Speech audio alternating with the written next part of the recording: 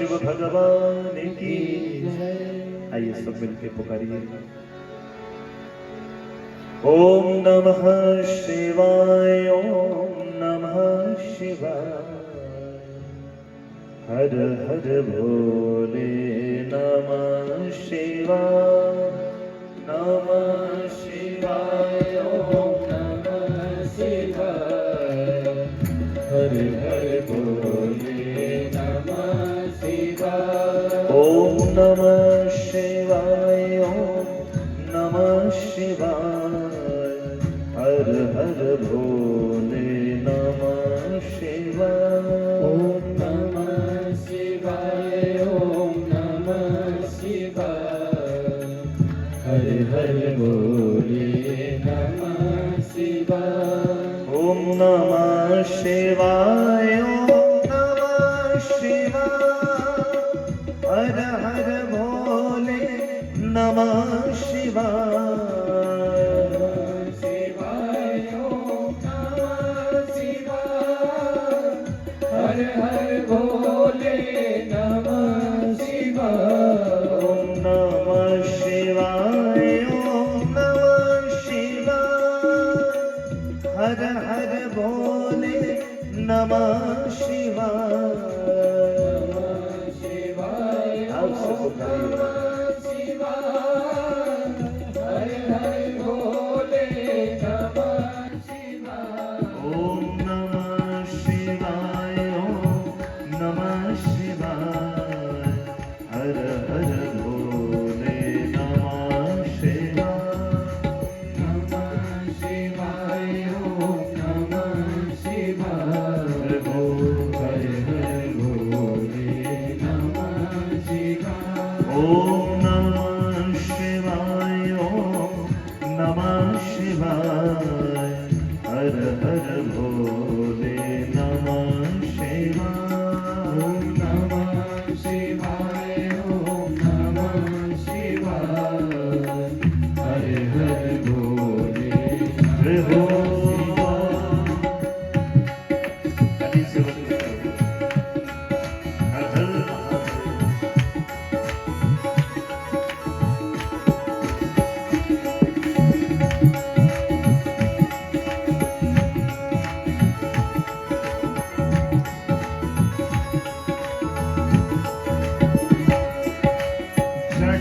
जटाधराय शिव जटाधरा, हर हर भोले नमः शिवाय। जटाधराय शिव जटाधरा, हर हर भोले नमः शिवाय। जटाधराय शिव जटाधरा, हर हर भोले नमः शिवाय। जटाधराय शिव जटाधरा, हर हर भोले नमः शिवाय। ओम नमः शिवाय, ओम नमः शिवाय, हर हर भोले नमः शिवाय। नमः शिवाय, ओम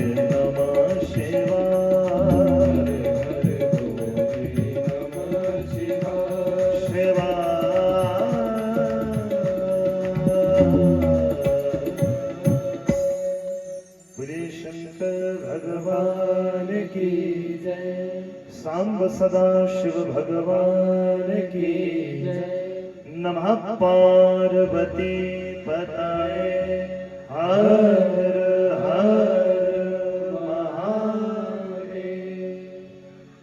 आइए भाव श्रद्धा के साथ दत्तचित्त होकर भगवान की कथा में सब लोग प्रवेश करें। मन ही मन ओम नमः शिवाय, ओम नमः शिवाय, ओम नमः शिवाय इस दिव्य पावन महामंत्र का आश्रय लेकर सब लोग कथा में ध्यान पूर्वक कथा श्रवण करें। बोलिए शंकर भगवान की जय, बोलिए शंकर भगवान की जय। आओ वही पतित पावनी कथा जो हम गत 4 दिवसों से श्रवण कर रहे हैं। भगवान शंकर की दिव्य मंगलमयी गाथा, जिस गाथा को ज्ञान गंगा की विशेषता से भी जाना जाता है। यदि सद्ज्ञान की प्राप्ति करनी हो तो सद्ज्ञान की प्राप्ति भगवान शंकर की कथा से ही संभव है। भगवान शंकर की वो कथा जो कथा पतित से पतित आत्माओं का उद्धार करने वाली है। भगवान शंकर का वो दिव्य नाम जिस नाम का आश्रय लेकर प्रत्येक जीवात्मा भवसागर से पार हो जाती है, वही दिव्य मंगलमयी गाथा हम और आप लोग 4 दिवसों से श्रवण कर रहे हैं। आज पंचम दिवस की गाथा बड़ी दिव्य कथा। आज तो वो मंगलमयी कथा है जिस कथा के दिवस को उत्सव के रूप में मनाया जाता है, जिस दिन भगवान शंकर का विवाह मां भगवती पार्वती से हुआ। बड़े ध्यान से धैर्य पूर्वक होकर तत्वचित होकर कथा में बैठे। कल के सत्र में कथा श्रवण कर रहे थे। कल के सत्र में मां भगवती सती के चरित्र को हमने श्रवण किया। किस प्रकार से सती मैया का प्रादुर्भाव हुआ, भगवान शंकर से विवाह हुआ, विवाह के उपरांत किस प्रकार से सती मैया को भ्रम हुआ और जिस भ्रम के कारण सती मैया को अपने शरीर का त्याग करना पड़ा। सती मैया जब अपने पिता दक्ष जी के यज्ञ में हवन कुंड के पास जाकर अपने योगाग्नि के बीच में भस्म होने लगी, तो अंतिम समय में दोनों हाथ जोड़कर भगवान से प्रार्थना करी, प्रभु सती मरत हरि सनबर मांगा, जन्म जन्म शिव पदयानुरागा।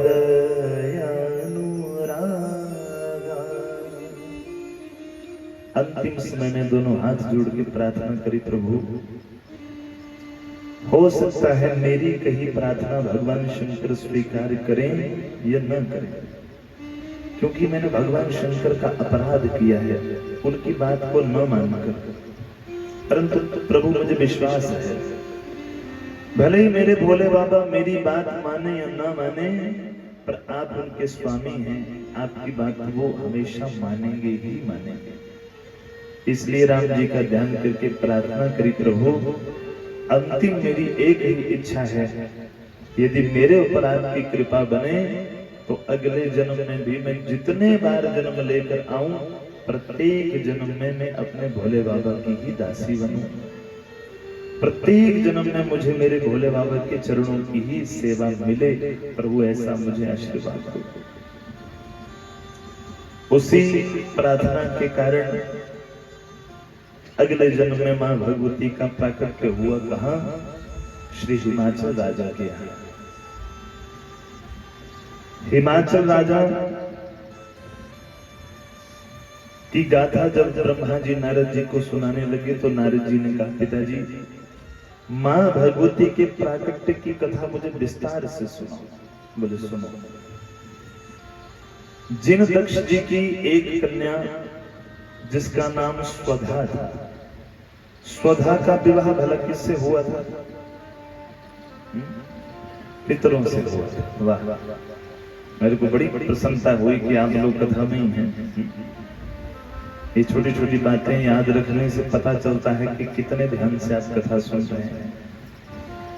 स्वधा का विवाह पितरों से हुआ था और पितरों से स्वधा का विवाह हुआ तो इनके यहाँ 3 कन्याएं जन्मी, मेनका, धान्या और कलावती। 3 कन्याएं हैं, परंतु इन तीनों ही कन्याओं ने, मेनका, धान्या और कलावती, इन तीनों ही कन्याओं ने एक बार अपराध कर दिया। कौन सा? ब्रह्मा जी कहे, नारद जी एक बार क्या हुआ? देवलोक में सनक, सनंदन, सनातन, सनत कुमार चारों ऋषियों का आगमन हुआ और भरी सभा के बीच में इन तीनों कन्याओं ने इन चारों ही ऋषियों को छोटे छोटे बच्चे जानकर अपने स्थान पर खड़ी नहीं हुई, इनका आदर सत्कार नहीं किया। इसी के परिणाम स्वरूप ये चारों ही महात्मा रुष्ट हो गए और चारों ने तीनों कन्याओं को शाप दे दिया। तीनों को शाप दे दिया, तुम तीनों संतों का निरादर करती हो, अपमान करती हो, इसलिए जाओ, हम तुम तीनों को शाप देते हैं, तुम तीनों धरती के ऊपर जाओ और धरती पर जाकर मनुष्यों की पत्नियां बनाओ। ब्रह्मा जी कहे, जब ये शाप तीनों को मिल गया, बड़ी दुखी हुई। तीनों ही इन ऋषि गणों सनकादि महात्माओं के चरणों में गिर गई। महाराज, हमारे से बड़ा अपराध हो गया, परंतु हमारे अपराध का निवारण कब होगा? हमारे शाप से हमारी मुक्ति कैसे होगी? महाराज कृपा करके मुक्ति का भी उपाय बताओ। अब संत हृदय नवनीत समाना, संतों का हृदय तो माखन की तरह कोमल होता है। यदि शाप दे भी दे संत, तो उस शाप के पीछे भी हमारा कल्याण ही छुपा होता है। अच्छा, मैं निवेदन करूं, आप कोई सा भी ग्रंथ उठाओ और किसी ग्रंथ में भी आप सुनना कि जी फलाने संत ने फला व्यक्ति को शाप दिया, पर जिस व्यक्ति को संत ने शाप दिया उसको अंत में भगवान भी अवश्य मिले। बोलो शाम सदाशिव भगवान की। अब देखो राजा परीक्षित को शाप मिला था ना, तो राजा परीक्षित को भगवान नहीं मिले। संतों ने जिसको शाप भी दे दिया उसका भी कल्याण हो गया। उस शाप में भी हमारा कल्याण ही छुपा होता है। तीनों को शाप दे दिया, जाओ धरती के ऊपर तीनों मनुष्यों की पत्नियां बनो, तो तीनों ने प्रार्थना करी महाराज हमारी इस शाप से मुक्ति कैसे होगी। बोले सुनो, अब जो तो शाप दे दिया वो तो वापिस नहीं हो सकता, परंतु इतना तुम्हें वरदान अवश्य देते हैं, तुम तीनों धरती के ऊपर जाओगी, मनुष्यों की पत्नियां तो बनोगी, पर तुम तीनों के ही घर में साक्षात माँ भगवती जगदम्बा का अवतार होगा। और जब अपने हाथों से माँ भगवती जगदम्बा का तुम कन्यादान करोगी तो तुम तीनों का कल्याण हो जाएगा। बोलो शंकर भगवान की जय। ब्रह्मा जी कही यही तीनों कन्याओं में से जो सबसे बड़ी कन्या मेनका थी, ये मेनका ही राजा हिमाचल की पत्नी मैना बनकर आई। दूसरे नंबर की जो धन्या थी, बोले यही राजा जनक की पत्नी बनकर आई। अब राजा हिमाचल की पत्नी बन के आई तो घर में कौन आया? माँ भगवती पार्वती आई। और दूसरी कन्या राजा जनक की पत्नी बनकर गई तो घर में कौन आई? सीता मैया आई।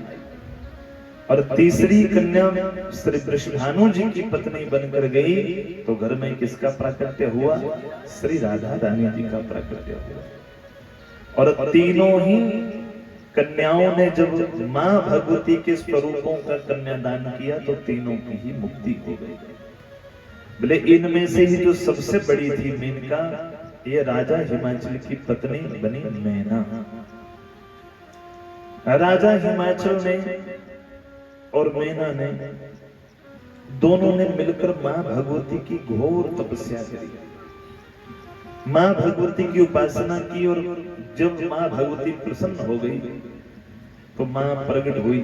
मां ने वरदान मांगने को कहा तो दोनों ने कहा मां यदि आप हमारे ऊपर प्रसन्न हो तो ऐसी कृपा करो कि हमारे घर में आप कन्या रूप में आकर प्रकट हो, हमारे घर में आप कन्या रूप में जन्मे मां, ऐसी आप हमें आशीर्वाद प्रदान करें। मां ने कहा राजन मैं तुम्हारे घर में अवश्य आऊंगी, एक कन्या के रूप में आऊंगी, परंतु उससे पहले बोले मेरे आने से पहले तुम्हारे यहाँ 100 पुत्र होंगे, तदुपरांत में तुम्हारे यहाँ कन्या रूप में प्रकट हो जाऊंगी।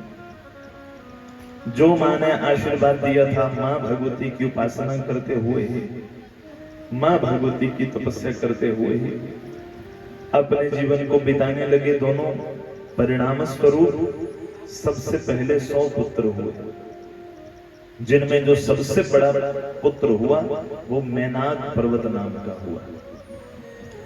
100 पुत्र होने के उपरांत राजा हिमाचल ने मां से प्रार्थना करी, मां जो आपने वचन दिया था सो वचन हमने पूर्ण कर दिया, अब कृपा करके आप हमारे घर में प्रकट हो जाइए।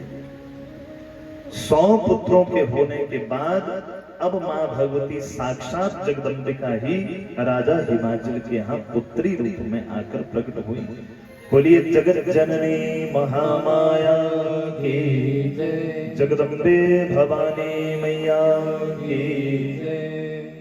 घर में एक बड़ी दिव्य कन्या प्रकट हुई, बड़ी दिव्य कन्या ने जन्म लिया। परंतु अब की बार जो ये कन्या हुई तो ये कन्या पैदा होने से पहले जब मां के उदर में ही थी ना मां की शक्ति, तो ब्रह्मा जी कहते हैं कि मां के चेहरे का तेज बदल गया। जब कोई दिव्य शक्ति मां के उदर में होती है ना तो मां के चेहरे का तेज बदल जाता है। और प्रत्येक मां को ये प्रयास करना चाहिए। यूं तो हमारे शास्त्र, हमारे संत कहते हैं कि जननी जने तो भक्त, या दानी या शूर, या तो जननी बांध रहे काहे गवावे नूर। प्रत्येक माँ का ये प्रयास होना चाहिए कि हमारे घर में यदि भगवान नहीं ना तो कम से कम भगवान का भक्त जरूर आना चाहिए। यूं तो प्रयास करिए, भगवान से मांगो तो सही है बार। अरे जब भगवान देवकी के यहाँ आ सकते हैं, वही भगवान कौशल्या मैया के यहाँ आ सकते हैं, वही भगवान माँ भगवती अदिति के यहाँ आ सकते हैं, तो हमारे घर में क्यों नहीं आ सकते? उसके लिए प्रयास करना हम सबका धर्म है। क्यों नहीं आ सकते? भगवान से हम एक बार प्रार्थना तो करें। भगवान को बुलाने के कुछ नियम हैं, हमारे शास्त्रों में कहे गए। कौन कौन से? सबसे पहला नियम शास्त्रों में ही कहा गया कि विवाह के उपरांत जब किसी का विवाह हो तो विवाह के बाद कम से कम 1 वर्ष तक, 1 साल तक पति और पत्नी दोनों को मिलकर भगवान की तपस्या करनी चाहिए, भगवान का जप तप पूजन करना चाहिए। कितने समय तक? 1 साल तक। 1 साल तक कोई किसी प्रकार के संतान का विचार नहीं।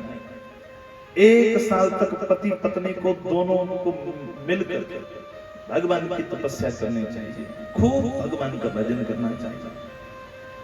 और विवाह के 1 साल बीत जाने के बाद कम से कम 1 वर्ष तक घोर तप करें।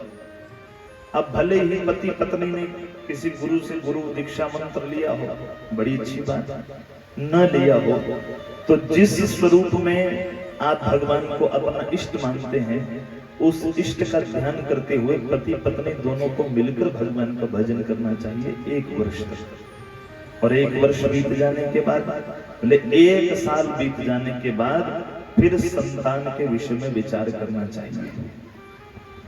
और तदोपरांत जब संतान के विषय में पति और पत्नी विचार करें और जब पता चल जाए कि पत्नी के गर्भ में गर्भ धारण हो गया है, पत्नी का गर्भ धारण हो चुका है, तो जिस दिन ये बात पता लग जाए कि देवी का गर्भ धारण हो गया, उसी दिन से देवी के हाथ में किसी न किसी धर्म ग्रंथ को दे देना चाहिए। फिर भले आप श्रीमद् भागवत जी को दे दो, भले श्रीमद् भगवत गीता दे दो, भले श्री रामचरितमानस दे दो, भले श्री शिव महापुराण दे दो, भले कोई सा भी ग्रंथ। फिर ये वाला ग्रंथ देकर देवी से ये निवेदन किया जाए कि जब तक ये गर्भ है ना, 9 माह तक, 9 महीने तक वो देवी यदि 4 काम कम भी करे घर की तो कोई समस्या नहीं है। उस समय घर के सास ससुर और उस समय घर के अपने पति को भी ये विचार कर लेना चाहिए कि इन 9 महीनों में देवी कुछ काम कम भी करेगी तो कोई समस्या नहीं। परंतु कम क्या नहीं होना चाहिए? बोलो, भजन कम नहीं होना चाहिए। 9 महीने 4 घर के काम कम भी करेगी तो कोई चक्कर नहीं है, पर वो 9 महीने भजन कम नहीं होना चाहिए। वो 9 महीने जो धर्म ग्रंथ पढ़ने का जो प्रक्रिया है ये कम नहीं होनी चाहिए। कम से कम ज्यादा नहीं तो जो एक ग्रंथ हाथ में पकड़ा है ना, मैं कहूँ और कोई बड़ा ग्रंथ ना उठा सकते तो श्रीमद् भगवत गीता ही पढ़ो, 700 श्लोक है। फिर ज्यादा नहीं तो रोज के 5-10 मंत्र तो वो नित्य प्रति पढ़े और पढ़कर उन मंत्रों को समझने का प्रयास करें। जहां पर कथा कीर्तन सत्संग हो तो उन 9 महीने में जाकर भगवान की दिव्य गाथा को सुने। और यदि देवी 9 माह तक ये काम करती रहेगी तो क्या होगा? मैं निश्चित रूप से कहूं कि यदि भगवान न भी आएंगे ना तो प्यारे भगवान का भक्त तो अवश्य घर में आएगा ही आएगा। वो भले ही फिर ठाकुर जी बालक रूप बनाकर आए, भले माँ भगवती कन्या रूप बनाकर आए, परंतु घर में भगवान का अंश आएगा ही आएगा। बोलो सांब सदा शिव भगवान की। कोई जाइए और जरा बच्चों को तो शांत करो, ज्ञानपुर मंदिर में भेज दो। परे बहुत ध्यान डिस्टर्ब हो रहा है बड़ी देर से, या तो उनको चुपचाप बिठा दीजिए, ये कहीं उधर परे मंदिर में बिठा दो। बोलो सांब सदा शिव भगवान की। ये 9 माह तक यदि ये दिव्य इस मंगलमय कार्य में देवी रत रहे तो आप समझिए भगवान की कृपा अवश्य होती है। और फिर 9 महीने मां ने यदि फोन चलाया हो, 9 महीने मां ने फिर इंस्टाग्राम के ऊपर रीलें देखी हो, तो फिर बच्चा भी बड़ा होकर फोन नहीं मांगेगा। उसकी प्रवृत्ति भी वैसी होगी। सबसे पहला संस्कार बच्चे को गर्भ में ही दिया जाता है। गर्भ में जो मां ने 9 महीने संस्कार दे दिया सो बन गया। 9 महीने जैसा मां का व्यवहार रहा वैसा स्वतः ही बच्चे ने ग्रहण कर लिया मां के पेट में। 9 महीने माता का जो आहार रहा उस आहार का टेस्ट बच्चे ने गर्भ में ही स्वीकार कर लिया। आप देखो 9 महीने मां के खाने की भोजन की जो व्यवस्था रहती है ना, साइंस भी इस बात को प्रूव कर चुकी है कि उसका प्रभाव बच्चे के ऊपर गर्भ में ही बच्चा उस चीज को स्वीकार कर लेता है। वैसे स्वभाव बच्चे का हो जाता है। इसलिए तो निवेदन किया जाता है देवियों से कि वो 9 माह देवियां भूल कर भी क्रोध ना करें। 9 महीने भूल कर भी पूजा पाठ में आलस्य न करें।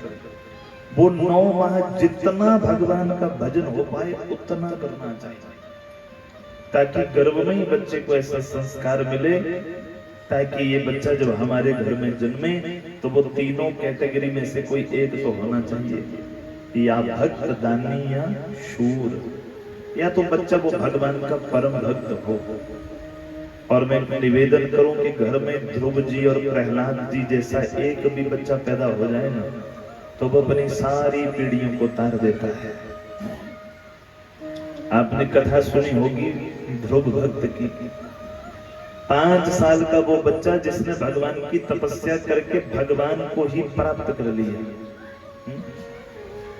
और भगवान को प्राप्त करने के बाद जब 36,000 वर्ष तक राजपाट होगा और जब संसार से जाने की बारी आई ना, तो भगवान के धाम से विमान आया ध्रुव जी को ले जाने के लिए। ध्रुव जी चलो, अब आपका समय हो गया, आपको भगवान ने जो ध्रुव लोक दिया है उसके लिए गमन करो।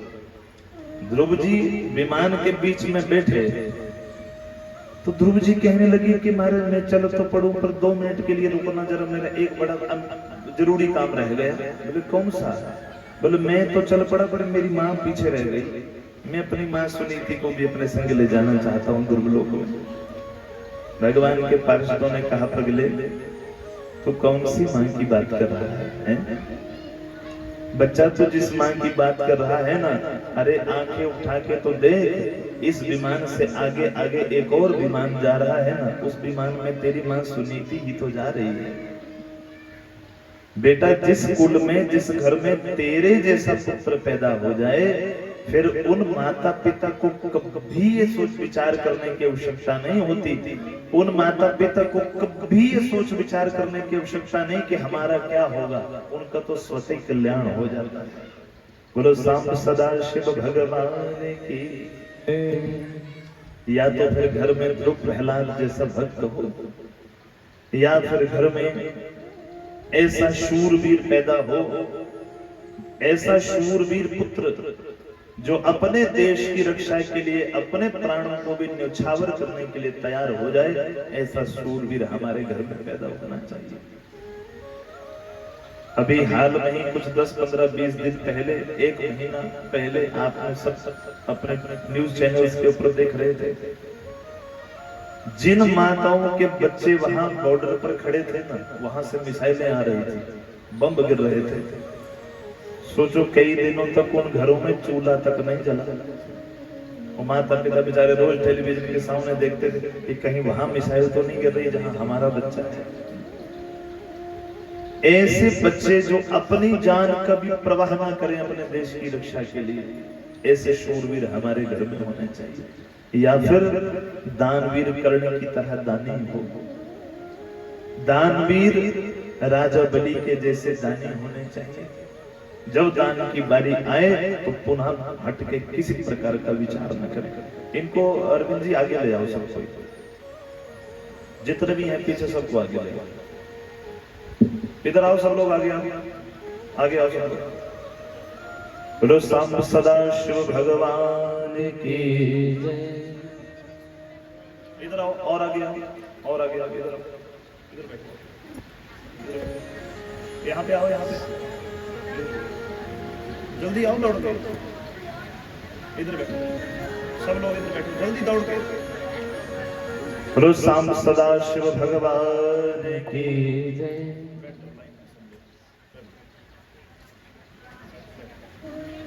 बैठ जाओ, कुछ वहां बैठ जाओ, वहीं बैठ जाओ।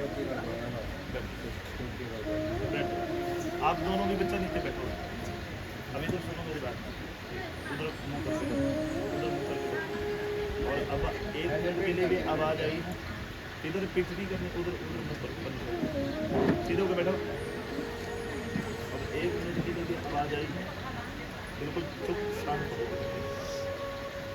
बोलो सांब सदा शिव भगवान की जय। इसलिए हम सबका प्रयास रहे कि घर में भगवान न आए तो कम से कम भगवान के भक्त तो आए।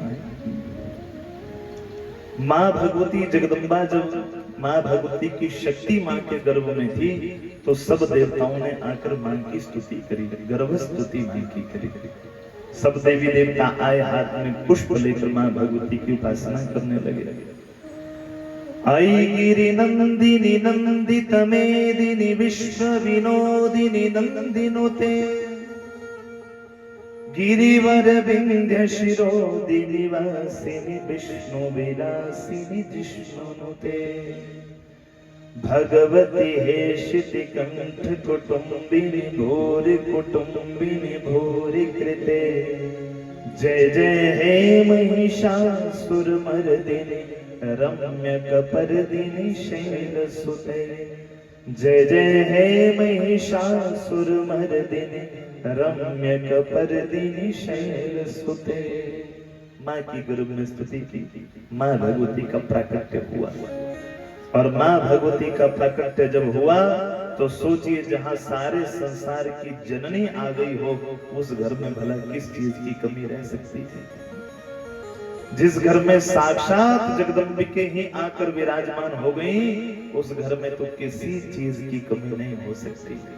बोलो जगत जननी महामाया की जय। गदगद हो गए राजा हिमाचल, रानी मैना, क्योंकि जब से ये दिव्य कन्या घर में जन्मी है तब से चारों ओर आनंद मंगल ही हो गया। माँ भगवती का प्राकट्य बसंत ऋतु में चैत्र मास के शुक्ल पक्ष की नवमी तिथि को रात्रि के समय माँ भगवती का प्रादुर्भाव हुआ, जिसे हम दुर्गा नवमी के रूप में मनाते हैं। उस दिन माँ भगवती पार्वती का प्रादुर्भाव हुआ, माँ का प्राकट्य हुआ। और जब से माँ भगवती घर में आई, मानो रिद्धि सिद्धि ने तो आकर घर में डेरा लगाकर बैठ गई हूँ। राजा हिमाचल बहुत प्रसन्न हुए। ये कन्या कुछ बड़ी हुई तो एक दिन भगवान की ही प्रेरणा से श्री नारद जी महाराज चलते चलते पहुंच गए राजा हिमाचल के भवन में। भगवान की ही प्रेरणा हुई कि माँ भगवती का अंश स्वरूप जो कन्या आई है उसका जाकर नामकरण संस्कार करो।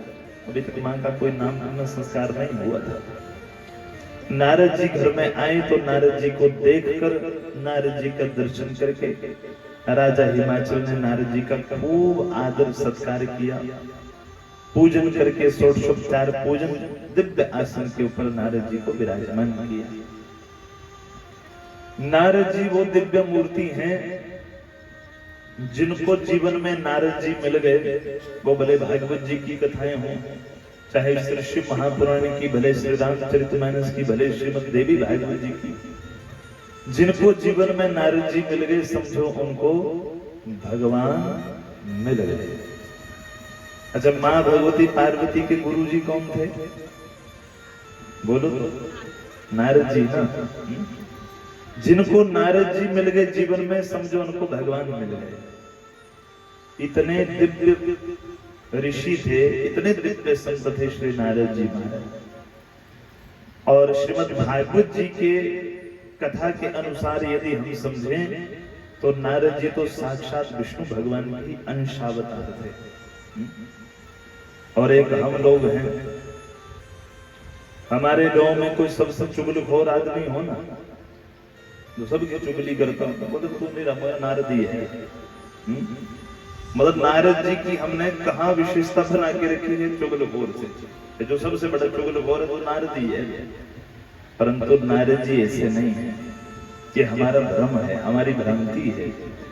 नारद जी तो वो दिव्य संत हैं, वो दिव्य ऋषि हैं जिनको जीवन में नारद जी मिल गए, समझो उनको भगवान मिल गए। नारद जी घर में आए, बहुत दिव्य स्वागत हुआ, दिव्य आसन के ऊपर विराजमान किया और दिव्य आसन के ऊपर विराजमान करके हिमाचल राजा ने कहा, महाराज निवेदन किया, प्रभु आप आए ही हैं तो आपसे निवेदन है हमारा कि अभी तक हमारे घर में जो कन्या जन्मी है उसका हमने नामकरण संस्कार नहीं किया। आप प्रभु आए ही हैं, हमारे लिए बड़े सौभाग्य की बात, आप हमारी कन्या का नामकरण संस्कार करिए। जब नारद जी से निवेदन किया तो नारद जी कहने लगे, सुनो, तुम्हारी कन्या, जिस कन्या के विषय में तुम कह रहे हो, इस कन्या के अनेक नाम होंगे, एक नाम नहीं होगा, अनेक नाम होंगे। ज्यों ज्यों ये कन्या बड़ी होकर दिव्य लीलाएं करती जाएंगी, वैसे वैसे इसके अनेक नाम बढ़ते जाएंगे। परंतु ये तुझ पर्वत की पुत्री है, इसके लिए मैं इसका नाम पार्वती रखता हूं। ये शैल की पुत्री है तो एक नाम इसका शैलजा भी होगा। इस कन्या को सब लोग उमा के नाम से जानेंगे, अंबिका के नाम से जानेंगे, भवानी के नाम से जानेंगे। इस कन्या के अनेक नाम होंगे, परंतु मुख्य स्वरूप से सबसे ज्यादा प्रसिद्ध ये कौन से नाम से होगी? पार्वती के नाम से प्रसिद्ध होगी। बोलो पार्वती मैया की जय। हिमाचल राजा कहने लगे, फिर महाराजा आप आए ही हो तो जरा कृपा करके हमारी बिटिया की जरा ग्रह चाल भी तो देख लो, जरा हस्त रेखा, मस्तक रेखा, कुंडली, जरा ग्रह चाल तो देखो महाराज, हमारी कन्या कैसी होगी, बड़ी होके कैसी होगी, हमारी बिटिया को कैसा वर मिलेगा। बिटिया घर में जन्मे तो माता पिता को, अभी बच्ची छोटी सी होती है उसी समय चिंता हो जाती है, ना जाने कैसा घर मिलेगा, ना जाने कैसा वर मिलेगा। हिमाचल राजा कहने लगे, महाराज कृपा करके जरा हमारी बिटिया का हाथ तो देखो, देखो तो सही हाथ में क्या लिखा है। बोले कोई ना महाराज, मैं फलादेश करता हूं। नारद जी ने बिटिया का हाथ देखा, हाथों की रेखाएं देखी तो कहा, वाह क्या दिव्य रेखाएं हैं तुम्हारी बिटिया के हाथ में। अरे सबसे बड़ी तो दिव्य बात ये कि तुम्हारी बिटिया का सौभाग्य अखंड होगा, कभी भी तुम्हारी बिटिया का जो सौभाग्य है वो कभी खंडित नहीं होगा, अखंड सौभाग्य वाली कन्या होगी। दूसरी शुभ बात कि तुम्हारी कन्या जगत पूजनीय होगी, सारा संसार तुम्हारी कन्या की पूजा करेगा। तीसरी बात बोले तुम्हारी कन्या का स्मरण करके, तुम्हारी कन्या का पूजन करके, तुम्हारी कन्या का ध्यान करके सारे संसार की देवियां अपने पातिव्रत्य धर्म का पालन करेंगी। अब बताओ, हरितालिका का व्रत होता है तो किसकी पूजा होती है? गौरी पूजन होता है। तो गौरी पूजन करके उस व्रत में देवियां क्या मांगती हैं मां से? मां, जिस प्रकार आपका अखंड सौभाग्य रहा, वैसे ही अखंड सौभाग्य आप हमें प्रदान करें। नारद जी कहते हैं, राजन तुम्हारी कन्या का स्मरण करके ही संसार की सब देवियां अपने पतिव्रता धर्म का पालन करेंगी, इसलिए तुम्हारी इस कन्या की चारों ओर जय जयकार होगी, सारा संसार तुम्हारी कन्या का पूजन करेगा। बोलो सांब सदा शिव भगवान की जय। बोले अच्छा महाराज और कोई फलादेश? बोले और तो फिर ना ही पूछो तो ज्यादा बढ़िया। क्यों महाराज ऐसा क्या हो गया? बोले राजन बाकी तो सब कुछ ठीक है तुम्हारी कन्या के हाथ में, पर ये जो विवाह वाली रेखा है ना, ये थोड़ी गड़बड़ कर रही है। बोले कौन सी गड़बड़ कर रही है? बोले विवाह तो होगा, अखंड सौभाग्य तो मिलेगा, पर जो वर मिलेगा ना उसमें थोड़े से कुछ लक्षण मेरे को अच्छे नहीं दिख रहे। कैसे लक्षण महाराज? बोले ये जो इस कन्या को वर मिलेगा ये कैसा होगा? अब देखिए शब्दों का हेर फेर। नारद जी कह कुछ और रहे हैं और हिमाचल राजा समझ कुछ और रहे हैं। पास में आकर रानी मैना भी बैठ गई। बोले महाराज फिर मैं भी जानना चाहती हूँ कि मेरी बेटी को कैसा वर मिलेगा। बोले तो सुनो, फिर जानना चाहते हो तो सुनो कैसा मिलेगा। योगी नगनो अगुणो अकामी मातृतात विवर्जितः आमानो शिववेशश्च पतिरस्या किलेदृशः। बोले महाराज पति के विषय में पूछते हो तो वो कैसा होगा? बोले अगुण होगा। अच्छा, नारद जी अगुण कहकर ये समझाना चाह रहे हैं कि वो तीनों गुणों से परे होगा। सत्व गुण, रजोगुण, तमोगुण, वो इन तीनों से परे होगा, उन तीनों में लिप्त नहीं होगा। पर राजा हिमाचल ये सोचे अगुण मतलब उसमें कोई गुण ही नहीं होगा। शब्दों का अर्थ देखिए। दूसरे नंबर पर नारद जी कहे वो अमान होगा, जो मान अपमान सम्मान से परे होगा, उसे इन चीजों से कोई लेना देना नहीं। राजा हिमाचल सोचे उसका कोई सम्मान मान सम्मान ही नहीं करेगा, ऐसा होगा। नारद जी कहने लगे महाराज वो कैसा होगा? वो दिगंबर होगा। दिगंबर का अर्थ? बोले सब दिशाएं ही जिसका अंबर में बस्तर होगी, ऐसा दिगंबर होगा। संसारिक किसी वस्त्र से कोई मोह नहीं, कोई प्रयोजन नहीं। राजा हिमाचल को लगा कि वो तो अमंगल वेशधारी नंग धड़क रहने वाला होगा। नारद जी ने कहा कि चौथा विशेषण उसका ये कि मातृतात विवर्जिता, उसके माता पिता नहीं होंगे। मानो नारद जी तो ये समझाना चाह रहे हैं कि वो तो सारे संसार का पिता और माता है, उसके माता पिता का तो किसी को पता ही नहीं। पर राजा हिमाचल ये समझे कि उसके माता पिता मर गए होंगे ही नहीं माता पिता। अब राजा हिमाचल को चिंता होने लगी, रानी मैना को चिंता होने लगी। रानी मैना बार बार आगे हो के पूछती महाराज और देखो, ढंग से देखो, जरा अच्छे से देखो फिर ठीक तो है, और चाहे कुंडली बना के ग्रह चाल देखो। बार बार रानी मैना पूछने लगी, आओ ये बड़ा दिव्य स्वभाव। रानी मैना बार बार पूछने लगी, नारद जी से निवेदन करने लगी,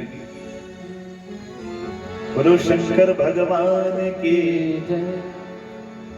कहो पंडित जी कैसा है संयोग, संयोग कैसा है वर गिरिजा का। कहो पंडित जी कैसा है संयोग, हाँ संयोग कैसा है वर गिरिजा का। कहो पंडित जी कैसा है संयोग, हाँ संयोग कैसा है वर गिरिजा का। कहो पंडित जी कैसा है संयोग, हाँ संयोग कैसा है वर गिरिजा का। जय हो।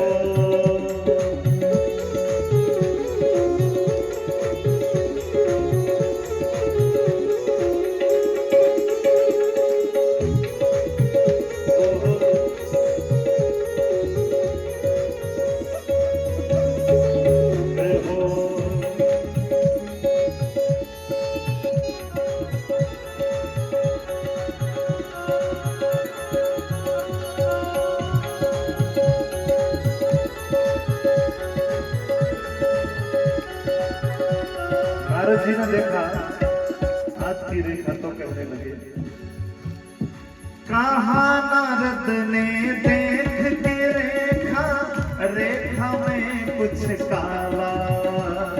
कहा नारद ने देख के रेखा,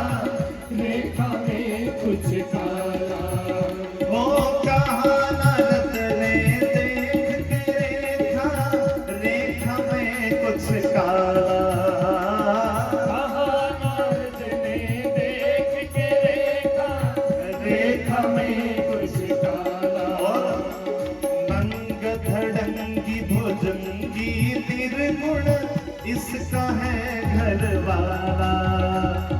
रंग धड़ंगी भोजंगी निर्गुण इसका है घर वाला।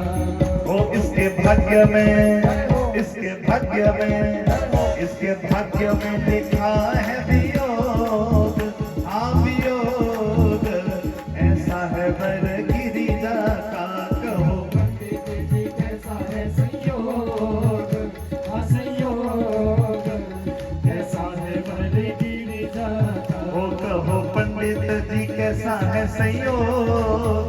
हाँ संयोग कैसा है वर गिरिजा का। पंडित जी कैसा है संयोग, हाँ संयोग कैसा है वर गिरिजा का। नारद जी कहने लगे माँ बाकी तो सब मैंने विशेषण बता दिए। अरे बाकी तो भले उसका स्वरूप जैसा मर्जी हो, पर एक चीज उसमें बहुत बढ़िया होगी। बोले कौन सी बात बाबा? बोले सबसे बड़ा गुण ये होगा कि मुंडा कल्लो कल्ला ही होना, ना कोई सास ना तो कोई सौदा, कल्लो कल्ला। आज के समय में भी माताएं बोलती है ना बस कल्लो कल्ला ही हो। मैंने तो बड़ा बढ़िया, ना कोई भाई, ना कोई जेठ, ना कोई देवर, कल्ला हो तो ज्यादा बढ़िया है। बोले माँ सबसे बड़ी अच्छी बात कि बस ये अकेला ही होगा, कल्लो कल्ला ही। बोले माँ सुनो, माता पिता ना भाई बहन ना होगी रोका टोकी। माता पिता ना भाई बहन ना क्या मजा हो होगी रोका टोकी। के माता पिता ना बहन भाई ना होगी रोका टोकी।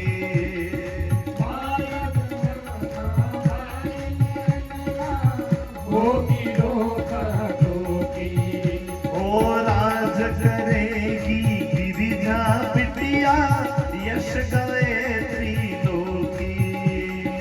राज करेगी गिरिजा बिटिया, यश गाए त्रिलोकी। ओ राज करेगी गिरिजा बिटिया, यश गए त्रिलोकी। राज करेगी गिरिजा बिटिया, यश गाए त्रिलोकी। क्योंकि इसके लिखे हैं, इसके लिखे हैं, इसके लिखे हैं पहाड़ों में संयोग। हाँ संयोग ऐसा है वर गिरिजा का।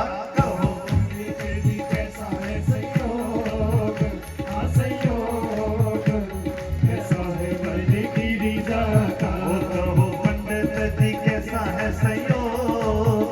हाँ संयोग कैसा है वर गिरिजा का। कहो पंडित जी कैसा है संयोग, हाँ संयोग कैसा है वर गिरिजा का। माँ कहने लगी ऐसे वर से तो अच्छा है कि अब मैं अपनी बेटी को ही समाप्त कर दूं, अपने साथ अपनी बेटी को लेकर प्राणांत कर दूं, पर ऐसे दूल्हे को मैं नहीं ब्याहूंगी अपनी बेटी। माँ कहने लगी ए नारद जी ऐसे वर से तो अच्छा है कि मेरी बेटी को मैं विवाह से पहले ही समाप्त कर दूं। नारद जी कहने लगे माँ सुनो, ये जितने गुण मैंने तुम्हें बताए हैं ना, ये सारे के सारे गुण किसी एक ऐसे दिव्य महापुरुष में हैं जिनको सब महादेव कहते हैं। गुरु शंकर भगवान की जय। नारद कहने लगे माँ सुनो, ऐसे योग बना तो केवल एक ही पुरुष महान। ऐसे योग वाला तो केवल एक ही पुरुष महान। ओ ऐसे योग बना तो केवल एक ही पुरुष महान। ऐसे योग वाला तो केवल एक ही पुरुष महान। ओ कोई कहे शिव शंकर भोला, कोई रुद्र भगवान, कोई कहे शिव शंकर कोई रुद्र भगवान, ओ कोई कहे शिव शंकर भोला, कोई रुद्र भगवान, कोई कहे शिव शंकर भोला, कोई रुद्र भगवान।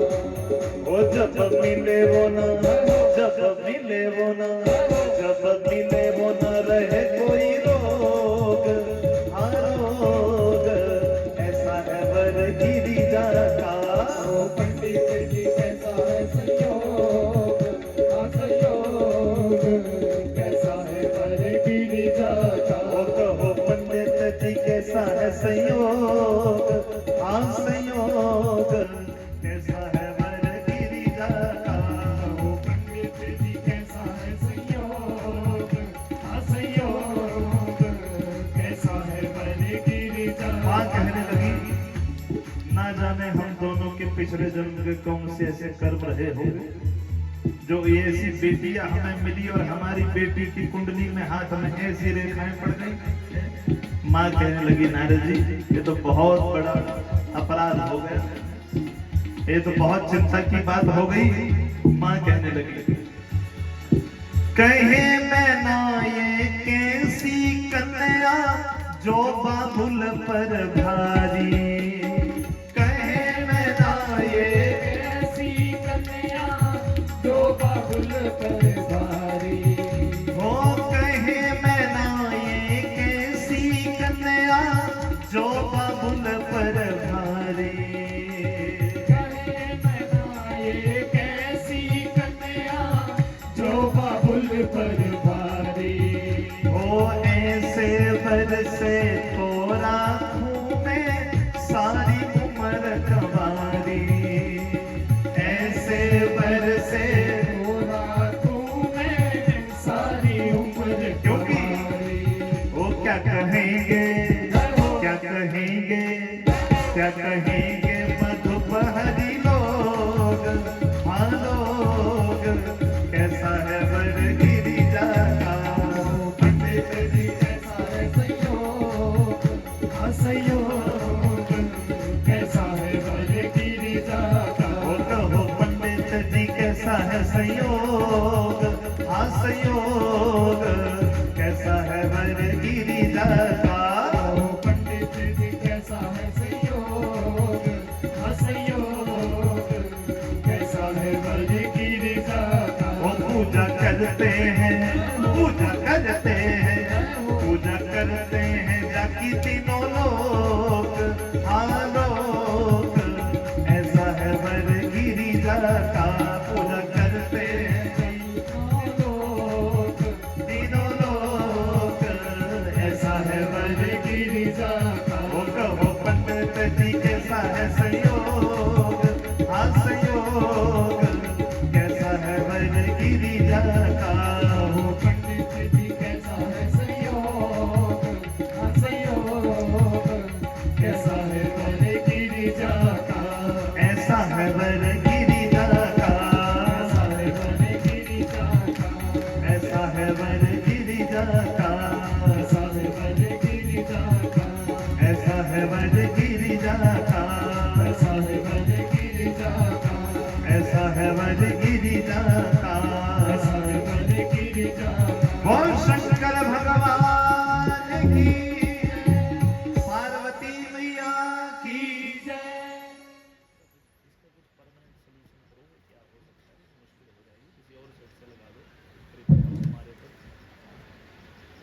बोलो शंकर भगवान की जय।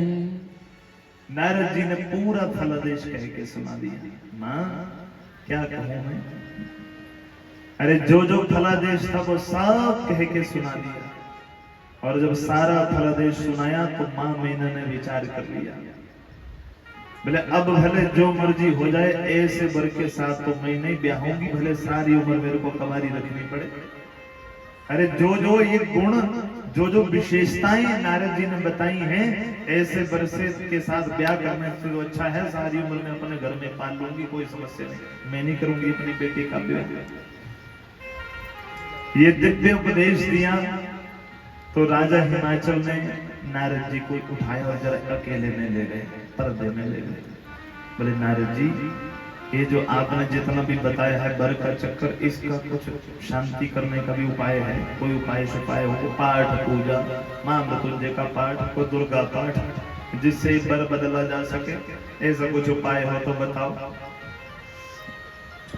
नारद जी कहने लगे, राजन, जो एक बार भाग्य में लिख दिया जाए वो मिटने वाला नहीं है, परंतु एक बात जरूर है, मैंने तुम्हें जितनी विशेषताएं बताई है ना, वो सारी विशेषताएं भगवान शंकर के बीच में है। और कहीं महादेव तुम्हारी कन्या को अपनी पत्नी बना ले, तब तो समझो कन्या का तो जीवन बदलेगा ही, कन्या का तो कल्याण हो गई, साथ में तुम सबका भी कल्याण हो जाएगा। ये बात जब पार्वती मैया के कानों में गई ना, सारी विशेषताएं, सारे गुण, और जब नारद जी ने कहा कि ये सारे विशेषण भोले बाबा के बीच में हैं, तो यहाँ माता और पिता तो रो रहे थे दुख से, पर माँ रोने लगी सुख से। माँ कहने लगी धन्य है। पार्वती सोचने लगी कि पिछले जन्म में मरते मरते जो मैंने प्रार्थना की थी ना कि प्रभु जन्म जन्म शिव पद अनुरागा, मुझे लगता मेरी वो प्रार्थना स्वीकार हो गई। मेरी प्रार्थना भगवान ने स्वीकार कर दी कि इस जन्म में भी मुझे भगवान शंकर की प्राप्ति हो जाए। राजा हिमाचल कहने लगे, महाराज भगवान शंकर में तो गुण है, परंतु भगवान शंकर मिलेंगे कैसे? कैसे बनाएंगे वो मेरी कन्या को अपनी पत्नी? बोले एक उपाय है। कौन सा उपाय? बोले सुनो। जो तप करही कुमारी तुम्हारी, जो तप करही कुमारी तुम्हारी, भावई मेटी सके त्रिपुरारी, भावई मेटी सकत त्रिपुरारी। एक उपाय है राजन, कौन सा? बोले यदि तुम्हारी बेटी तप करे, यदि तुम्हारी कन्या तपस्या करे, तो बस यही एकमात्र उपाय है कि तपस्या के प्रभाव से भगवान शंकर ये सब हाथों की रेखाओं को बदल सकते हैं। और जितने मैंने तुम्हें गुण बताए हैं वो सब भोले बाबा में हैं। भगवान शंकर की यदि कृपा हो गई तो भगवान शंकर तुम्हारी कन्या को यदि अपनी अर्धांगिनी रूप में स्वीकार कर ली तो समझो कि तुम सबका कल्याण हो गया। बोलो शंकर भगवान की जय, सांब सदा शिव भगवान की जय। ये निवेदन किया, मां भगवती के कानों में ये बात चली गई कि नारद जी ने उपदेश दिया तप करेगी। क्या करना है? तप करना है। ये उपदेश करके नारद जी तो चले गए। और नारद जी के जाने के बाद मां को तो दिन रात चिंता होने लगी कि ऐसे वर्षे में कैसे विवाह करूंगी अपनी बेटी का। परंतु ब्रह्मा जी कहते हैं दूसरी ओर सुनो नारद, यहाँ तो मां के विषय में सब फलादेश कर दिया नारद जी ने, परंतु दूसरी ओर जब से सती गई हैं तब से मेरे भगवान शंकर नित्य वैरागी बन गए हैं। जब ते सती जाई तनु त्यागा, तब ते शिव मन भय हो वैरागा। भगवान शंकर वैरागी बन गए हैं। भगवान शंकर तो सती के विरह में ऐसे पागल हो गए थे, ऐसे बाबा वैरागी बन गए थे। कभी तो कहीं कथा चली होती तो वहां कथा सुनने बैठ जाते, और कहीं 4 लोग सुनने वाले होते तो वहां बैठकर कथा सुनाने प्रारंभ कर देते। नित्य निरंतर भगवान की तपस्या में लीन हो गए थे भगवान शंकर। एक दिन भगवान शंकर दोनों नेत्र बंद करके कैलाश पर्वत के ऊपर तपस्या में लीन हो गए। सती के जाने के बाद अपने मन को शांत करने के लिए ऐसी तपस्या में लीन हुए।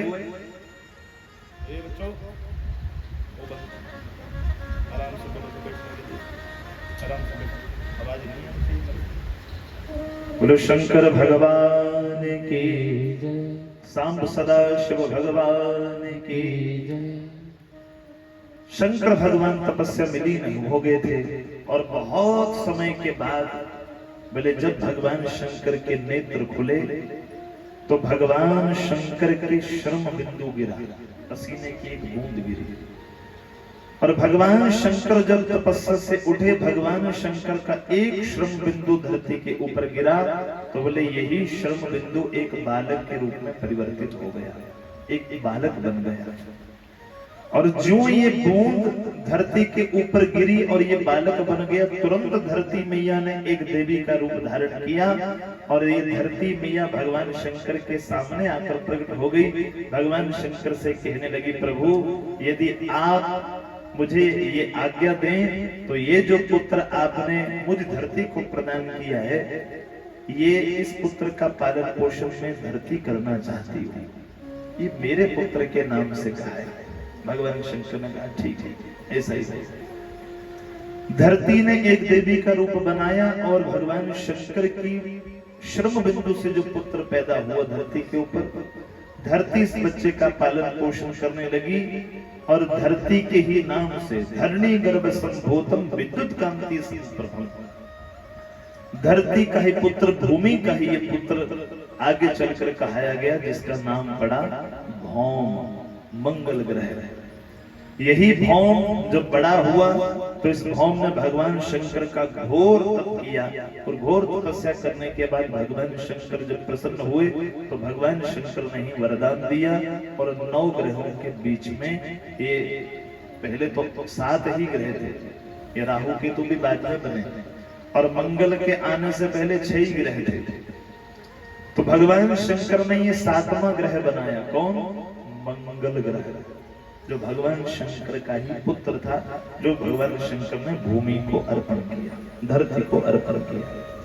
बोलो सांब सदा शिव भगवान की जय। तदुपरांत बोले कुछ समय बीता तो भगवान शंकर ने सोचा,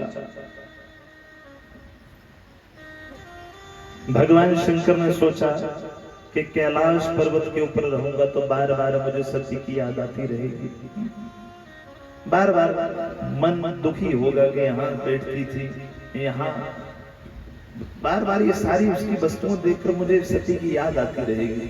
तो क्यों ना कुछ समय के लिए भगवान शंकर ने सोचा कि मैं इस कैलाश पर्वत का ही परित्याग कर दूं।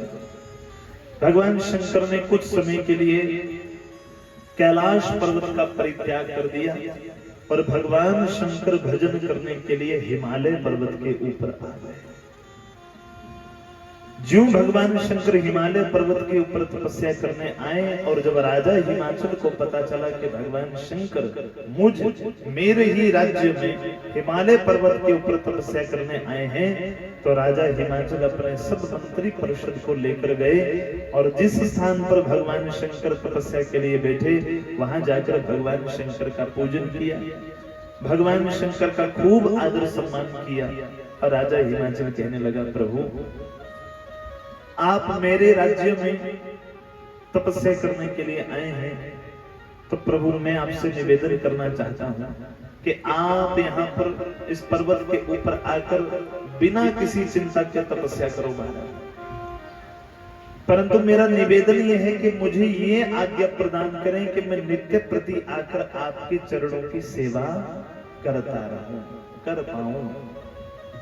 शंकर भगवान ने पहले तो मना कर दिया, राजन मैं इस हिमालय के ऊपर तपस्या करने आया हूं, इसलिए मेरी तपस्या में किसी भी प्रकार की विघ्न बाधा ना हो, इसलिए मैं नहीं चाहता कि कोई भी मेरे पास मेरी किसी प्रकार की सेवा के लिए आए ताकि मेरे तप में विघ्न पैदा हो। राजा हिमाचल ने बारंबार निवेदन किया, प्रभु आप हमारे यहाँ आए हैं और हम सेवा ना करें तो ये तो हमारे लिए बड़े दुर्भाग्य की बात होगी।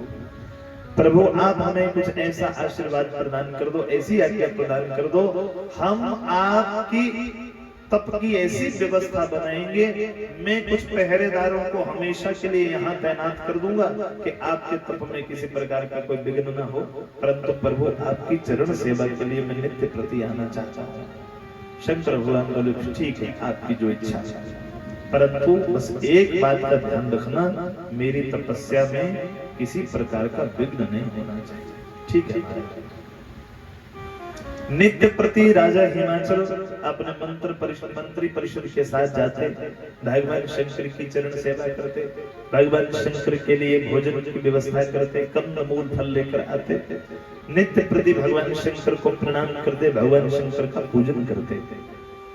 परंतु बोले एक दिन जब भगवान शंकर के पूजन के लिए राजा हिमाचल चलने लगे तो मां पार्वती ने जिद कर दी। पार्वती कहने लगी, पिताजी आज मैं भी आपके साथ चलूंगी। हालांकि राजा हिमाचल ने बहुत समझाया, बेटी वहां तुम नहीं जा सकती, वहां शंकर भगवान तपस्या में बैठे हैं और शंकर भगवान ने तो बड़ी मुश्किल से मेरे को आज्ञा दी है सेवा करने की, कहीं भगवान शंकर रुष्ट ना हो जाएं, इसलिए बेटी तू मेरे साथ नहीं चल सकती। पार्वती ने जिद की, पिताजी चलूंगी तो मैं साथ में चलूंगी, नहीं तो मैं आपको भी जाने नहीं दूंगी, इसलिए मुझे अपने साथ लेकर चलो। परिणाम क्या हुआ, अपनी बेटी की जिद के आगे राजा हिमाचल हार गए। बोले पर नहीं मानती तो चलो मेरे साथ, जो होगी सो देखी जाए।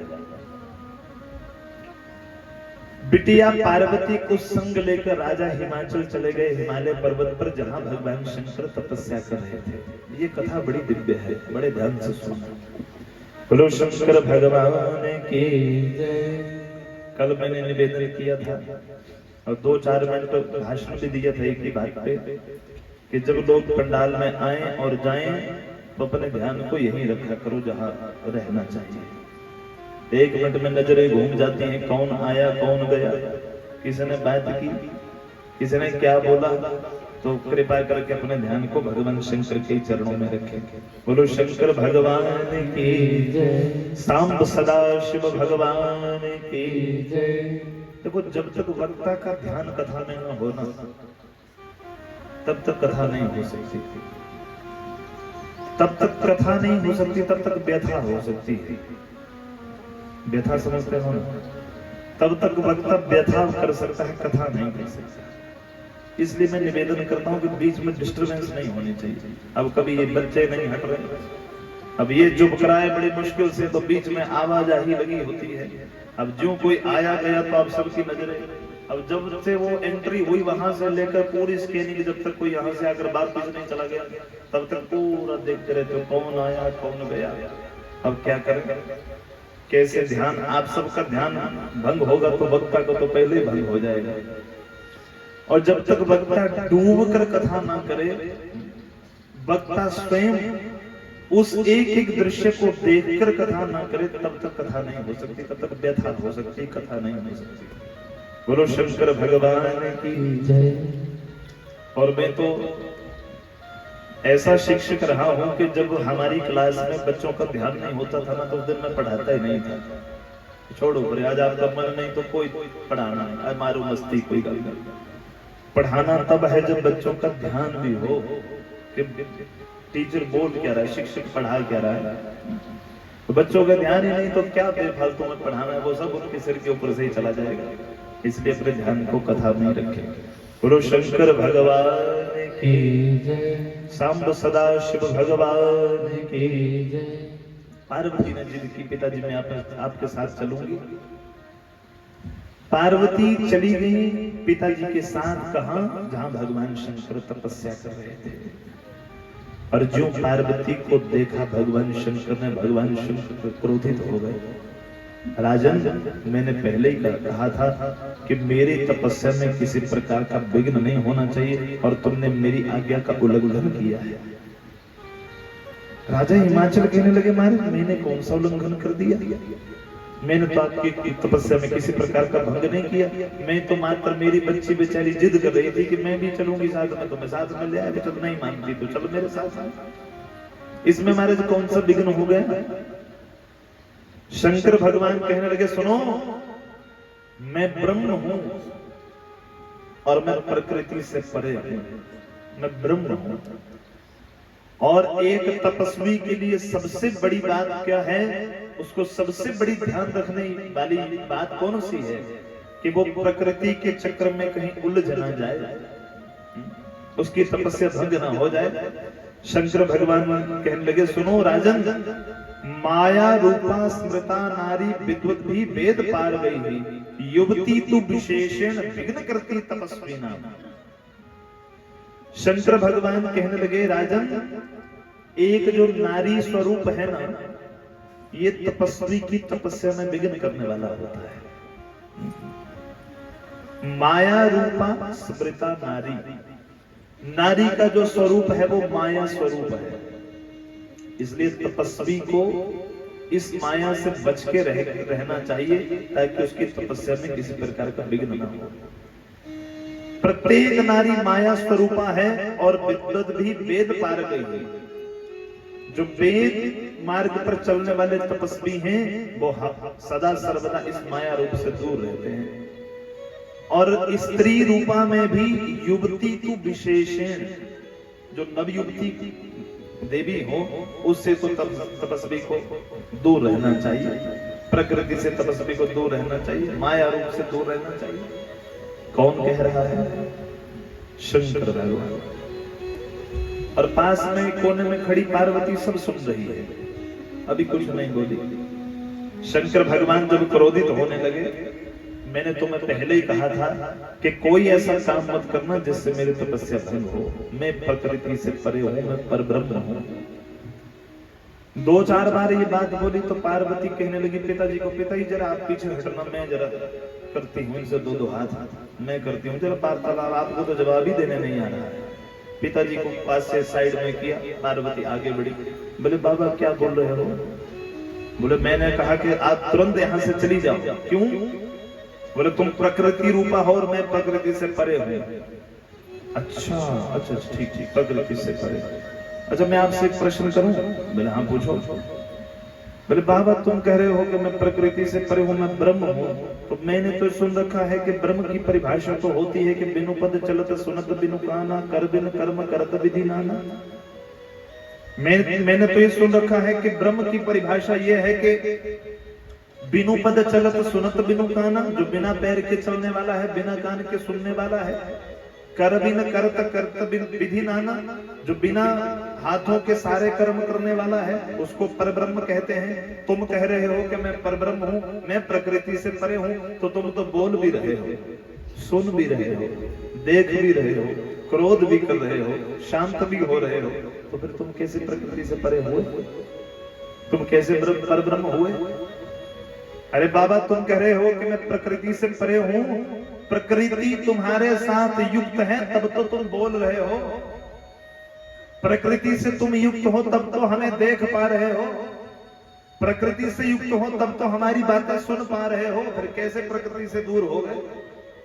शंकर भगवान ने देखा तो शंकर भगवान की भी आंखें खुली की खुली रह गई। ये इतनी सी बच्ची ये बोल रही है, सांख्य शास्त्र की बातें समझा रही है। शंकर भगवान सोचे ये कोई साधारण कन्या नहीं हो सकती। पार्वती कहने लगी बाबा यदि प्रकृति से परे ही जाना है ना तो इन सारी गतिविधियों को रोकना पड़ेगा, तब तुम परब्रह्म हुए। और जब तक ये सब कुछ हलचल हो रही है, क्रियाकलाप हो रहा है, तब तक तुम प्रकृति से ही युक्त हो। ये संसार प्रकृति स्वरूप है और सारे संसार में मैंने मान लिया कि कण कण में भगवान विद्यमान है, परब्रह्म विद्यमान है, पर वो परब्रह्म प्रकृति के बिना अधूरा है। ये बात भगवान शंकर ने सुनी तो भगवान शंकर कहने लगे, ऐ राजन तुम्हारी कन्या तो बहुत विद्वत है, बड़ी विदुषी है, इसे तुम सांख्य शास्त्र का सारा ज्ञान है। पार्वती कहने लगी पिताजी आज तक आप सेवा के लिए आते रहे, अब जरा कल से मैं आऊंगी सेवा करने, मैं करती हूँ जरा ठीक ठाक इनको, कल से मैं आऊंगी सेवा करने। पहले तो शंकर भगवान मना कर दिए, ना ना देवी तुम सेवा के लिए नहीं आ सकती। पार्वती कहने लगी जब प्रकृति और पुरुष में भेद ही नहीं तो फिर कौन से भेदभाव में बाबा घूम रहे हैं। अंत में मानो पार्वती मैया के ज्ञान के आगे शंकर भगवान हार गए। शंकर भगवान ने कहा ठीक है राजन, तुम रोज स्वयं तो आ सकते हो और अपनी बिटिया को भी साथ में ला सकते हो। बोलो सांब सदा शिव भगवान की जगत जननी महामाया की। अरे उस माँ के सामने कौन बोल सकता है या देवी सर्वभूतेषु बुद्धि रूपेण संस्थिता, या देवी सर्वभूतेषु ज्ञान रूपेण संस्थिता। उस मां के सामने कौन तर्क वितर्क कर सकता है? भगवान शंकर भी हार गए। अब नित्य प्रति मां भगवती पार्वती अपने पिता राजा हिमाचल जी के संग नित्य प्रति भगवान शंकर की चरण सेवा के लिए आने लगी, नित्य प्रति सेवा करने लगी। परंतु सेवा करते करते जब कुछ समय बीत गया, कुछ समय बीता तो भगवान शंकर की ऐसी समाधि लग गई, ऐसी समाधि लग गई कि अब मुड़कर हटकर भगवान शंकर ने अपने नेत्र ही नहीं खोले। नित्य प्रति पार्वती मैया आती, हिमाचल राजा आते भगवान शंकर का पूजन करने के लिए, आदर सत्कार करने के लिए, उनके लिए फल की व्यवस्था करने के लिए।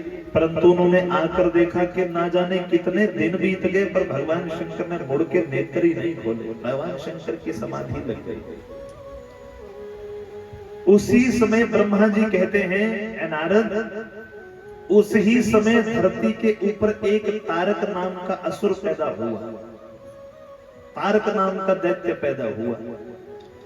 और इस तारक नाम के दैत्य ने भगवान की तपस्या करी, ब्रह्मा जी की तपस्या की, और ब्रह्मा जी की तपस्या करके ब्रह्मा से वरदान प्राप्त किया। कौन सा वरदान?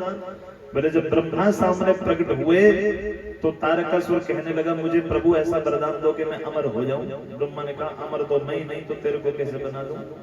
अरे मेरे ब्रह्मा भी मेरे जैसे कई आए और कई चले गए, इसलिए मैं ही अमर नहीं तो तुझे कैसे बना दूं? कुछ और वरदान मांग। अब बड़ी देर ये दुर्बुद्धि दैत्य बुद्धि सोचता रहा कि कैसा कौन सा वरदान मांगा जाए जिससे कि मैं अमर हो जाऊं, मैं मर ही ना पाऊं। बड़ी देर विचार करने पर इस तारकासुर ने वरदान मांगा। बोले अच्छा, फिर प्रभु वरदान देना चाहते हो तो क्या मांगूं, क्या मांगूं? बोले अच्छा, भगवान शंकर की जो पत्नी थी सती, वो मर गई, और भगवान शंकर ने प्रण लिया था कि मैं सती के जाने के बाद सती के सिवा किसी दूसरी कन्या से विवाह नहीं करूंगा। ऐसा भगवान शंकर ने प्रण ले लिया था, संकल्प ले रखा था। बोले तो सती तो चली गई, हट के दूसरी बार आने से रही, और भगवान सती आएगी नहीं, भगवान शंकर विवाह करेंगे नहीं। शंकर भगवान विवाह नहीं करेंगे तो शंकर भगवान के यहाँ कोई पुत्र नहीं होगा, पुत्र नहीं होगा तो मैं मरूंगा नहीं। वरदान मांग लिया, बोले जब भी मेरी मृत्यु हो तो शंकर भगवान के पुत्र के हाथों से हो। ब्रह्मा जी ने वरदान दे दिया। अब ये दैत्य बुद्धि, वरदान मांगने के बाद तुरंत दैत्य अपनी बुद्धि का प्रयोग करना प्रारंभ कर देते हैं। तारकासुर ने वरदान ले लिया तो समझने लगा कि अब तो मैं अमर हो गया, मुझे कोई नहीं मार सकता, क्योंकि शंकर भगवान का विवाह होने से रहा और मैं मरने से रहा। ये विचार करके तारकासुर एक दिन अपनी सेना लेकर गया, और सेना लेकर गया देवताओं के स्वर्ग लोकों के ऊपर आक्रमण कर दिया, सब देवताओं को परास्त कर दिया, सब देवताओं को भगा दिया स्वर्ग से। स्वर्ग के ऊपर भी अपना ही आधिपत्य स्थापित कर लिया तारकासुर ने। ये तारकासुर स्वर्ग लोक, मृत्यु लोक, पाताल लोक, तीनों ही लोकों में सब जीवों को त्रासदी देने लगा। सब घबराए, सब देवता भगवान के चरणों में गए, ब्रह्मा जी के पास गए, महाराज इस दुष्ट के तो नित्य प्रति अपराध बढ़ते जा रहे हैं, इस दुष्ट के अपराधों से हमारी मृत्यु कैसे होगी महाराज? क्या कभी तारकासुर मरेगा ही नहीं? ब्रह्मा जी कहे मरेगा, अवश्य मरेगा, परंतु तुम सब देवताओं को एक काम करना पड़ेगा। कौन सा काम महाराज? बोले भगवान शंकर के दूसरे विवाह की मैंने व्यवस्था कर दी है, बेटी पैदा हो गई है, मानव सती दूसरी बार आ गई है पार्वती बनकर, पर तुम सबको एक काम करना पड़ेगा। कौन सा काम? बोले भगवान शंकर की तपस्या भंग करनी पड़ेगी। बोले फिर तो रहने दो, फिर तो हो गया शंकर का विवाह। अरे जो जाएगा तपस्या भंग करने, वो पता ही है मर के ही आएगा, तो कौन जाएगा? कौन अपने प्राणों की आहुति देगा? ब्रह्मा जी कहे ऐसा करो, खुद मत जाओ, कामदेव को भेजो, और कामदेव से कहना कामदेव जाकर अपने 5 बाणों का प्रहार करे भगवान शंकर के ऊपर।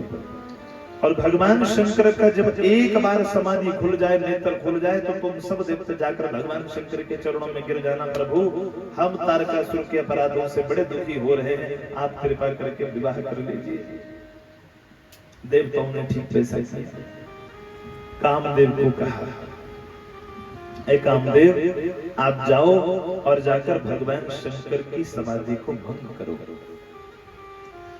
कामदेव ये जानता था कि मैं यदि शंकर भगवान की समाधि भंग करने गया तो हट के फिर मैं वापिस आने वाला नहीं, समाप्त हो जाऊंगा, मर जाऊंगा।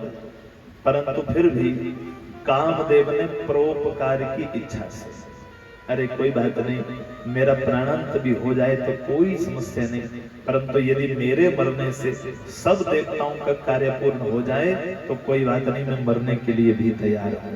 प्रभु शंकर भगवान की जय।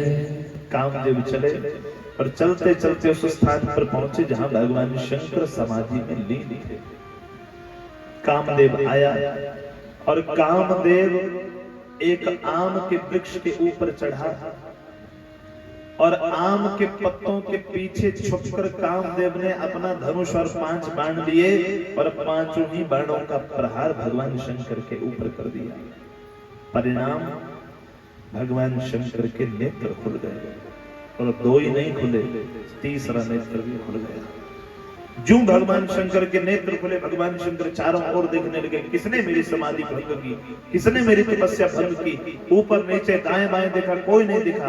एक कोने में देखा कि आम्र पत्रों के पीछे छुपकर कामदेव बैठा है, जिसने मेरे ऊपर 5 बाणों का प्रहार किया।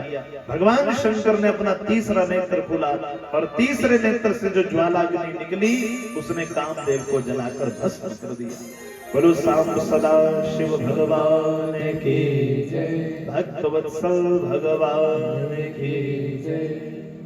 कामदेव जलकर भस्म हो गया। जब कामदेव की पत्नी रति को पता चला, अरे मेरे पति को जलाकर भस्म कर दिया भगवान शंकर ने, इसमें भला मेरे स्वामी का क्या दोष? वो तो सब देवताओं की मनोरथ को पूर्ण करने के लिए गए थे। यह विचार करके रति आई भगवान शंकर के पास और भगवान शंकर के पास आकर रति कहने लगी, स्वामी लोग कहते हैं कि कर्पूर गौरव करुणावतारम, आप करुणा के अवतार हैं, परंतु आपने मेरे निर्दोष पति को मार दिया। प्रभु मेरे स्वामी का क्या अपराध था? मेरा स्वामी तो परोपकार की इच्छा से आए थे सब देवताओं का मनोरथ पूर्ण करने के लिए, आपने मेरे पति को मार दिया। प्रभु आप इतने बड़े निष्ठुर कैसे हो सकते हैं? भगवान शंकर ने रोती विलाप करती हुई रति को देखा तो मन उसीज गया, दया भाव जागृत हो गया। भगवान शंकर कहने लगे, रति जो तुम्हारा पति मृत्यु को प्राप्त हुआ है, मैं पुनः तुम्हारे पति को सजीव तो कर देता हूं, परंतु उसकी देह जो मेरी ज्वालाग्नि से भस्म हुई है, तुम्हारा पति जीवित तो हो जाएगा परंतु बिना शरीर वाला रहेगा। इसलिए कामदेव का एक नाम पड़ गया अनंग, बिना अंग वाला। बोले वो जीवित रहेगा और सबके भीतर विराजमान होकर सबको व्याप्त करेगा, परंतु उसका शरीर नहीं होगा। बोले मारे तो फिर मेरे आपकी प्रार्थना करने का क्या फायदा? आप और आपके मेरे पति को जीवित करने का क्या फायदा जो उनका शरीर ही नहीं होगा? प्रभु मुझे मेरा पति मुझे शरीर सहित चाहिए, कब मिलेगा बस ये बताओ। शंकर भगवान कहने लगे, देवी अभी तो मैं तुम्हारे पति को सजीव कर देता हूं, वो बिना शरीर के अनंग रूप में रहेगा, परंतु ध्यान से सुनो, जब द्वापर युग आएगा तो द्वापर युग में यही तुम्हारा पति तुम्हें शरीर रूप में प्राप्त हो जाएगा। कब? जब यदुवंश कृष्ण अवतारा, होई हरण महामहि भारा, होई हरण महामहि भारा, कृष्ण तनया हो यही पति तोरा, कृष्ण तनया नया हो यही पति वचनो अन्यथा होई न मोरा अन्यथा होई न मोरा जब जदुवंश कृष्ण अवतारा कृष्ण अवतारा होई हरण महा महिभारा हरण महा महिभारा श्री राम जय राम जय जय राम श्री राम जय राम जय जय राम श्री राम जय राम जय जय राम श्री राम जय राम। शंकर कहने लगे देवी जब द्वापर युग आएगा तो द्वापर युग में जब चारों ओर पाप बढ़ने लगेगा तो भगवान श्री कृष्ण अवतार में इस धरती के ऊपर अवतार लेकर आएंगे और देवी उस समय भगवान श्री कृष्ण और रुक्मिणी मैया के संयोग से जो भगवान श्री कृष्ण का प्रथम पुत्र होगा उनका नाम श्री प्रद्युम्न जी पड़ेगा और वही प्रद्युम्न कोई और नहीं ये तुम्हारा ही पति कामदेव होगा और मैं तुम्हें वरदान देता हूँ मेरे आशीर्वाद से स्वतः ही तुम्हें तुम्हारा पति सदैव पुनः प्राप्त हो जाएगा। बोलो शंकर भगवान की जय। यही कामदेव भगवान श्री कृष्ण के पुत्र प्रद्युम्न बनकर आए जो किस प्रकार से रति को प्राप्त हुए ये कथा भागवत जी के बीच में भी आती है। तदुपरांत भगवान शंकर का ये आशीर्वाद पाकर रति प्रसन्न हुई। रति ने अपने पति की जो शरीर की धूली थी उस सारी धूली को समेटा एक वस्त्र में पोटली बांधकर अपने पास संभाल के रख दी। रति भगवान शंकर को प्रणाम करके चली गई परंतु भगवान शंकर का क्रोध अभी भी शांत नहीं हुआ। भगवान शंकर का ये दिव्य रूप देखकर तो जो सब देवी देवता छुपे थे ना आजू बाजू में अगल बगल में कुछ देवता छुपे थे कि भगवान शंकर के नेत्र खुले तो हम सब जाकर भगवान शंकर के चरणों में जाकर कहेंगे प्रभु अब हमारी प्रार्थना स्वीकार करो विवाह कर लो। जिन जिन देवी देवताओं ने भगवान शंकर की ज्वालाग्नि से कामदेव को भस्म होते देखा ना किसी की हिम्मत नहीं हो रही कि आगे जाकर भगवान शंकर को कहें कि प्रभु विवाह कर लो। सब डरने लगे कहीं ऐसा ना हो कि भगवान शंकर हमारा ही कल्याण कर दें। एक दूसरों को कहने लगे पहले तू जा दूसरे कहते कि नहीं पहले तुम जाओ। बाद में सबने विचार किए कि ऐसा ना हो कि भगवान शंकर फिर आंखें बंद कर ले अब तो कामदेव भी नहीं बचा अब कौन तपस्या बंद करने जाएगा। इसलिए सब देवी देवता आए भगवान शंकर का जय जयकार करते हुए बोल सांब सदा शिव भगवान की जय। सभी देवी देवता आए भगवान शंकर के चरणों में आकर प्रणाम किया। प्रभु हमारा एक निवेदन है। बोले कहो। प्रभु हमारा निवेदन ये है अब आप दूसरा विवाह कर लो। प्रभु शंकर भगवान कहने लगे तुम जानते नहीं मैंने प्रण लिया है कि मैं सती के जाने के बाद सती के सिवा किसी से विवाह नहीं करूंगा। ब्रह्मा जी वहां प्रकट हुए। ब्रह्मा जी कहने लगे प्रभु वही सती दूसरा जन्म लेकर आ गई है। राजा हिमाचल की बेटी पार्वती वही तो सती है महाराज। सती तो आ गई है बस प्रभु आपके एक बार आज्ञा की ही प्रतीक्षा हो रही है। आप एक बार आज्ञा दे महाराज तो हम विवाह की कुछ चर्चा करें रिश्ते की बात चलाएं। भगवान शंकर ने कहा कि चलो ठीक है। सब देवताओं ने कहा महाराज तारकासुर ने वरदान प्राप्त किया है कि मैं जब भी मरूं तो शंकर भगवान के पुत्र के हाथों से मरूं इसलिए प्रभु हम सबकी रक्षा के लिए आप विवाह करिए। भगवान शंकर कहने लगे ठीक है यदि मेरे विवाह करने से जगत का कल्याण होता है तो मैं विवाह करने के लिए तैयार हूं परंतु मेरी एक शर्त है। कौन सी शर्त महाराज? बोले पिछली बार जब मैंने सती से विवाह किया था तो बिना सोचे समझे ही कर लिया था, कोई ज्यादा विचार नहीं किया था। और बिना सोचे समझे सती से विवाह कर लिया था, तो परिणाम क्या हुआ? भले उस सती को मेरे वचनों के ऊपर ही विश्वास नहीं हुआ, परिणाम वही सती मेरे स्वामी भगवान श्री राम की परीक्षा लेने के लिए चली गई। बोले पिछले जन्म में सती ने मेरे प्रभु की परीक्षा ली है, इस बार मैं विवाह करूंगा पर पहले ठोक बजा के परीक्षा लूंगा। बोलो शंकर भगवान की, विवाह तो करूंगा पर विवाह से पहले ठोक बजा कर परीक्षा लूंगा, और यदि वो पार्वती परीक्षा में उत्तीर्ण हुई तब मैं विवाह करूंगा, अन्यथा मैं विवाह नहीं करूंगा। ठीक है महाराज। सब देवी देवताओं ने कहा प्रभु जैसे आपकी इच्छा, आप परीक्षा लीजिए परंतु हमारा मनोरथ पूर्ण हो जाए। भगवान शंकर ने मां पार्वती की परीक्षा लेने के लिए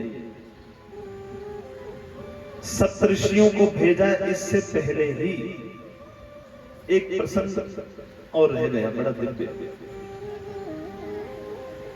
वर्णन आता है कि मां भगवती पार्वती ने जब अपने ज्ञान से भगवान शंकर को हरा दिया था ना, सुनाना भी थोड़ी देर पहले, जब मां भगवती पार्वती ने अपने तर्क वितर्क से भगवान शंकर को निरुत्तर कर दिया था, तो मां पार्वती के अंदर भी ज्ञान का अभिमान हो गया था, ज्ञान का गर्व हो गया था।